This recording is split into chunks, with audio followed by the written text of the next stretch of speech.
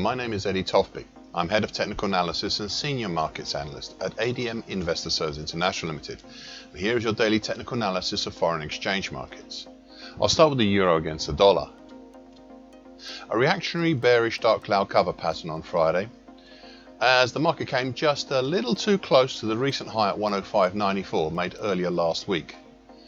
I suspect the April 2017 high at 105.68 had something to do with it as well, probably on a closing basis. The base of the action was on the significant February and March 2017 lows at 104.92. Prices are still moving away from the top of the previously influential upper time, that's currently at 104.21, of the broken January to May 2021 bearish Andrews pitchfork, which increases the questions about its future.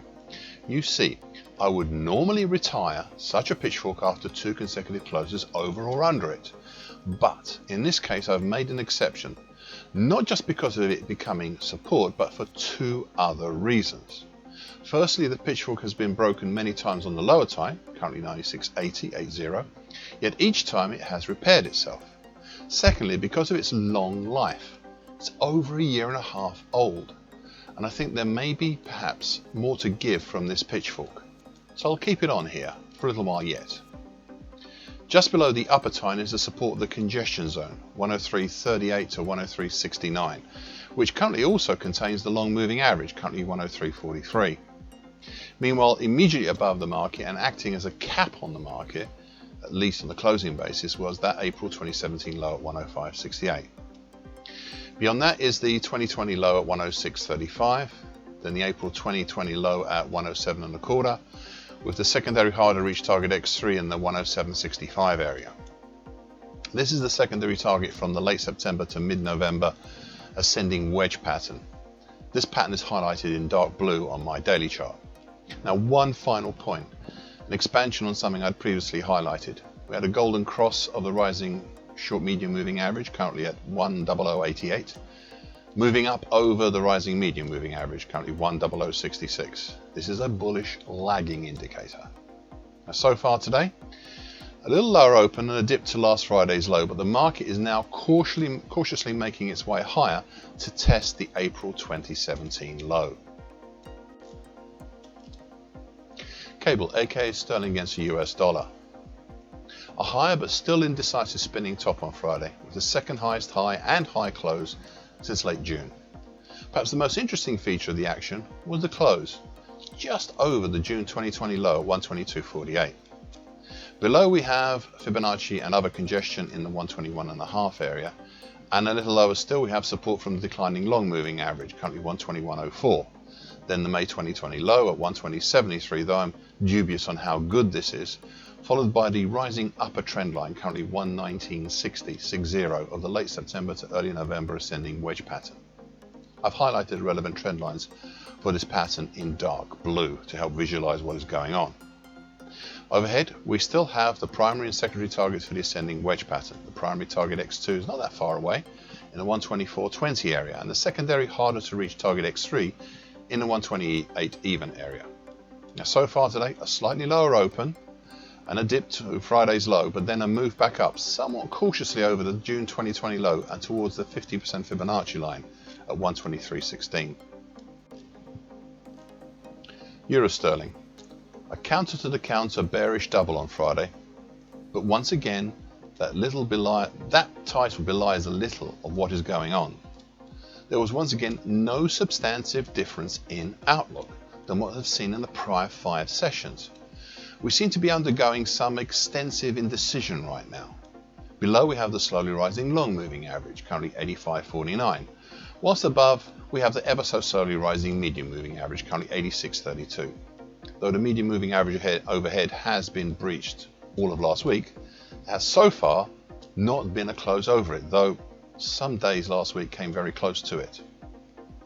Further up we have the April 2020 low at 86.69, but I suspect the lesser Fibonacci resistance higher up at 86.98 that doubles as the base of the old roof pattern from November is probably better resistance.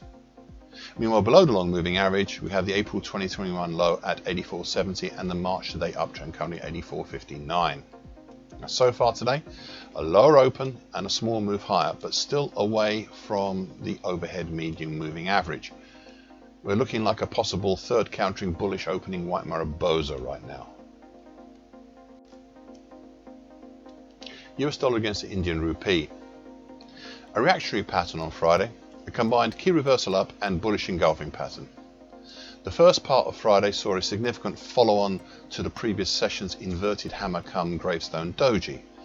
The inverted hammer following the data rather than tradition, but as prices approached all that support below the market in the 81.90 zone, made up of the open and close around the 81.90, plus the rising short medium moving average, currently 81.91, and some earlier congestion around there as well, well, it just turned out back up again.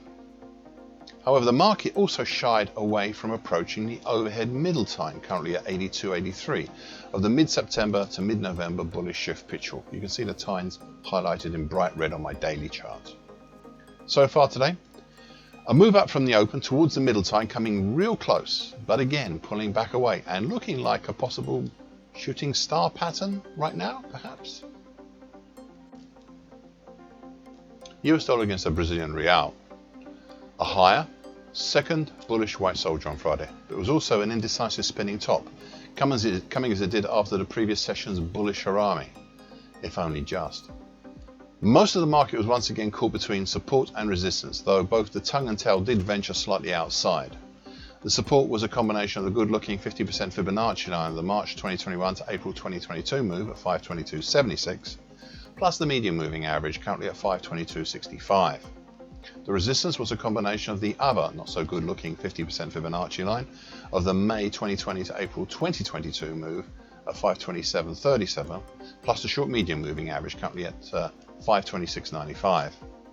I continue to have doubts about the late June, late September mildly bearish shift picture which I've drawn. I will still ponder and discuss this some more, I think. All this neither helps nor hinders the weekly key reversal down made 2 weeks ago and the outside month made here in November. US dollar against the Mexican peso. A reactionary and quite large bullish white soldier on Friday, moving back up over all of the following. The combination of the declining short medium moving average, currently 1970.42, the April 22 low at 1971.68, and the middle time of the March to May bearish shift pitch currently at 1967.34.